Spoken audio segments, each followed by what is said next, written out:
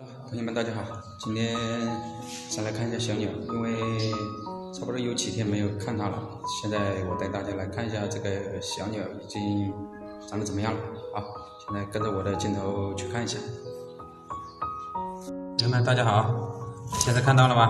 这个小鸟我已经把屏幕放大了一点，现在有看见几个头了吧？上面一个，中间3个，下面一个，5个。因为下了5个蛋，我已经给它上一次拍视频的时候都说了，已经出了5只。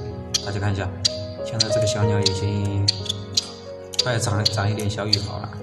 看一下5只哦，看到它树囊里面，这个树囊里面已经有食物了，然后大鸟已经喂了。然后呢，最近呢，